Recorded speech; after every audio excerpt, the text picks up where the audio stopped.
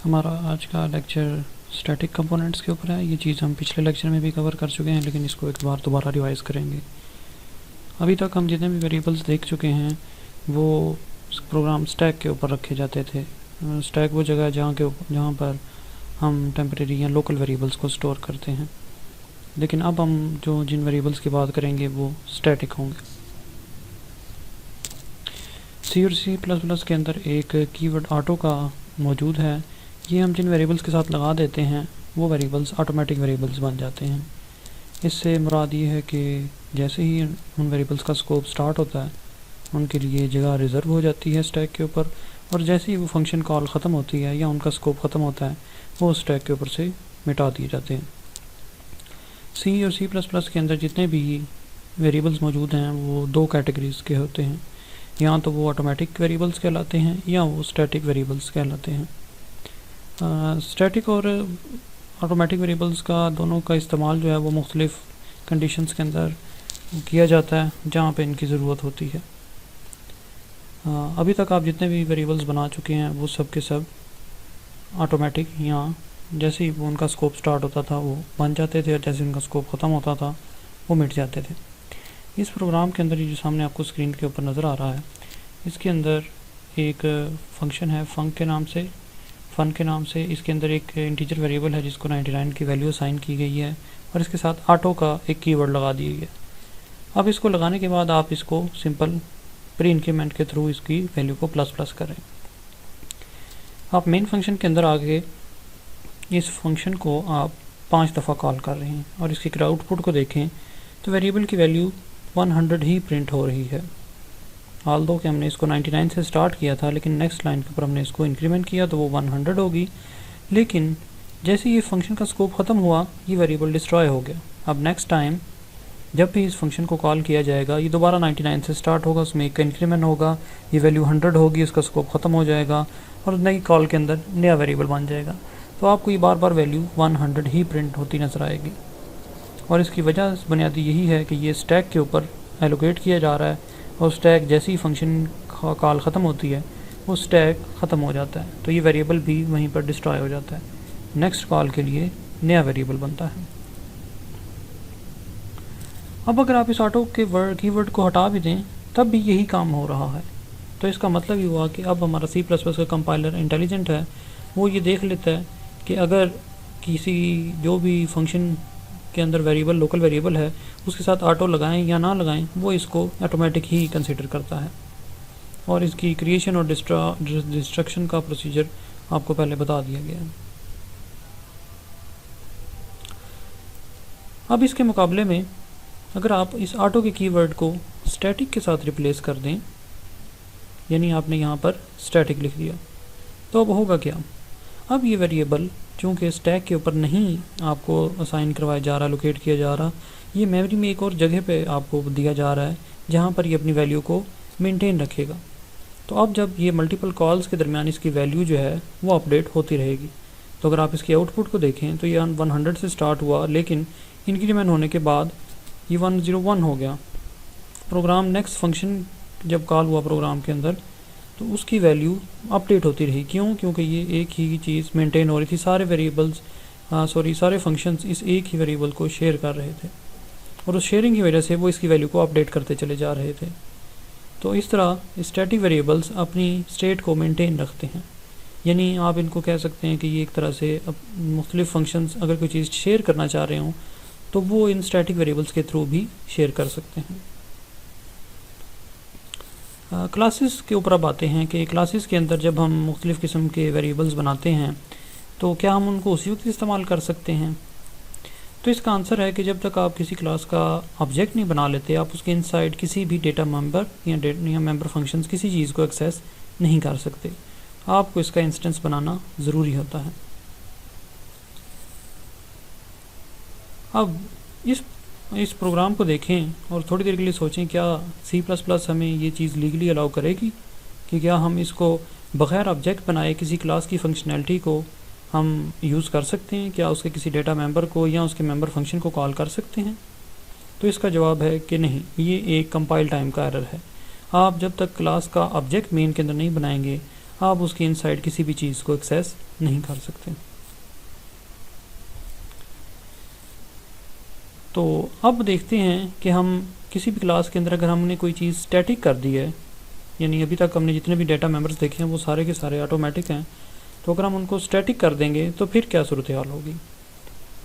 तो static components किसी भी प्रोग्राम का उस वक्त तक मेंटेन रहता है जब तक वो प्रोग्राम एग्जीक्यूट हो रहा है।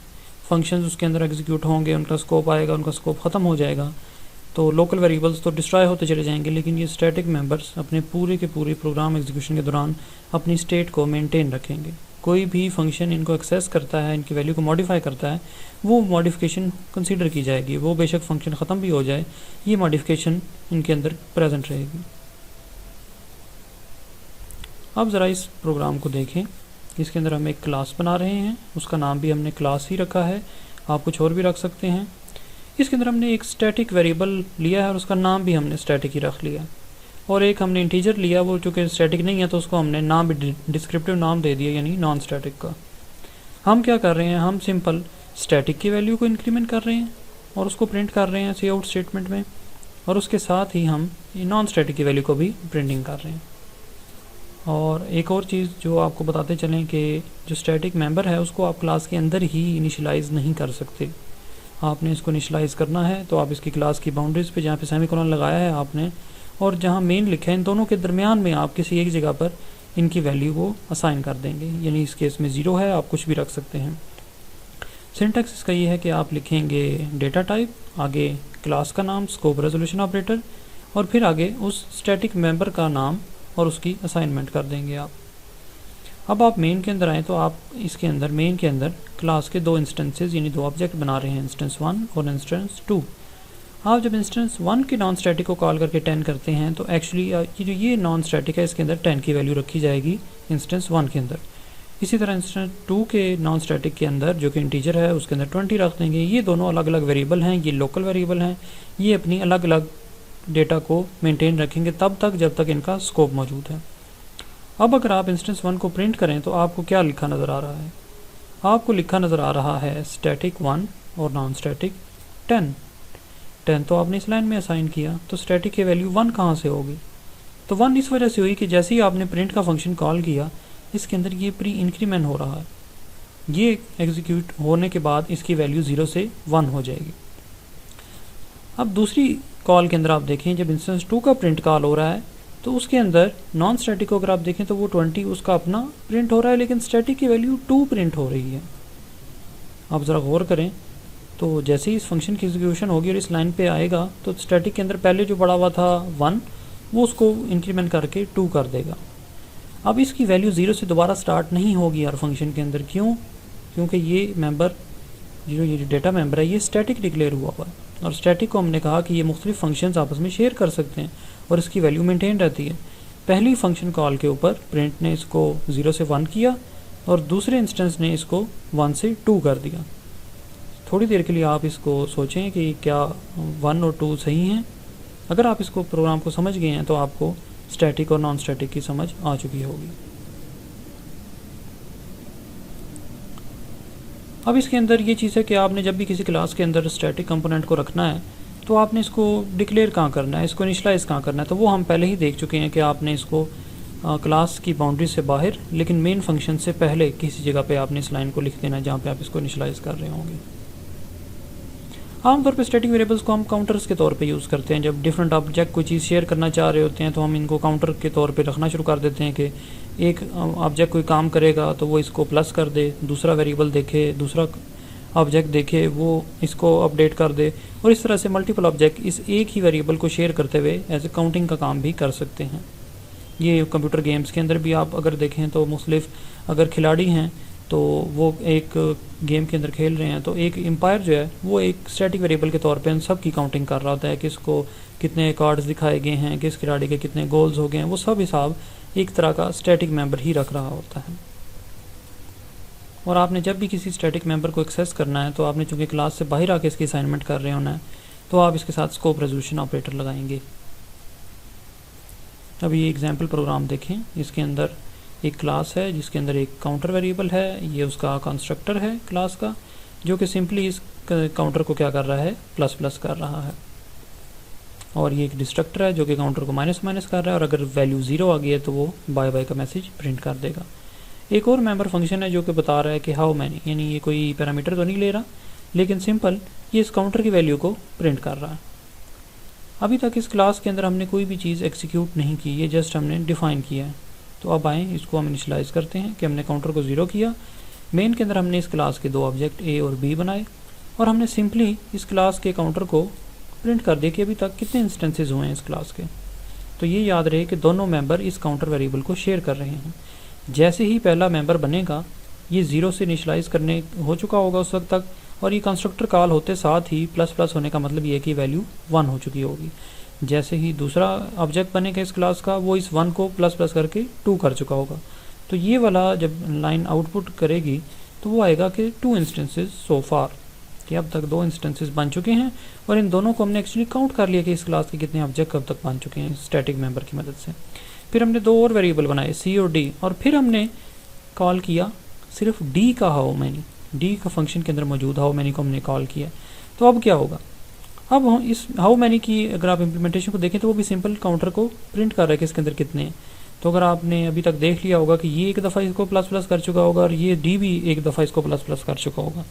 तो इस फंक्शन तक आते हुए आपके एक्चुअली 4 इंस्टेंसेस हो चुके होंगे।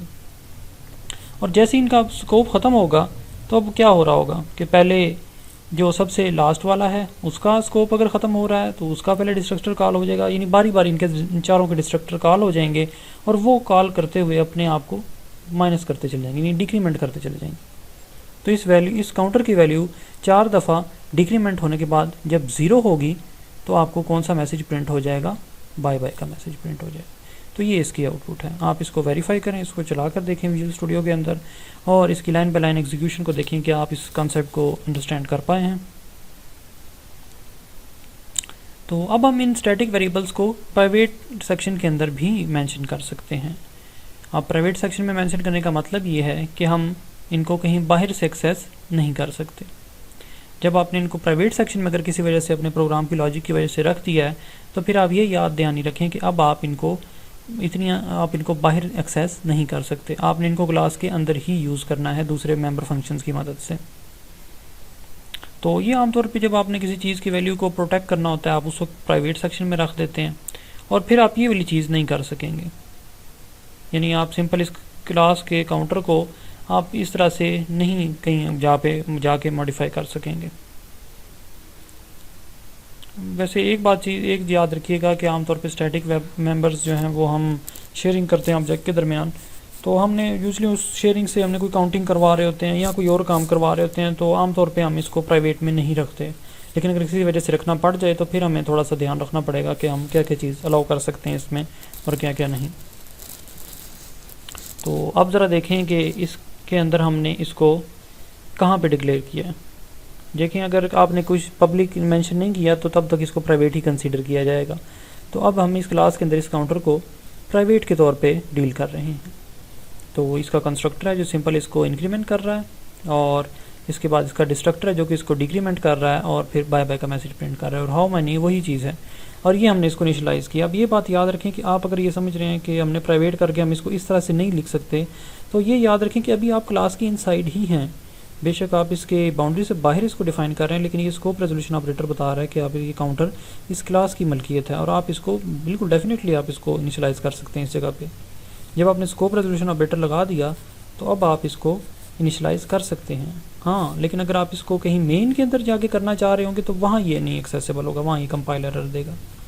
तो अब आप देखिए आपके पास क्लास ए और बी दो ऑब्जेक्ट बने, और फिर आपने बी का हाउ मैनी कॉल किया। अब 0 से स्टार्ट है, जैसे प्रोग्राम स्टार्ट होगा इसकी वैल्यू 0 हो जाएगी इस वेरिएबल की जो काउंटर वाला है। जब ये क्लास ए और बी बनेंगे तो वो दोनों का कंस्ट्रक्टर इसको प्लस प्लस करके इसकी वैल्यू को 2 कर चुका होगा। तो जब हम हाउ मैनी प्रिंट करेंगे तो काउंटर के अंदर हमारे पास 2 वैल्यू प्रिंट हो रही होगी, तो ये 2 इंस्टेंसेस वाला मैसेज प्रिंट हो रहा होगा।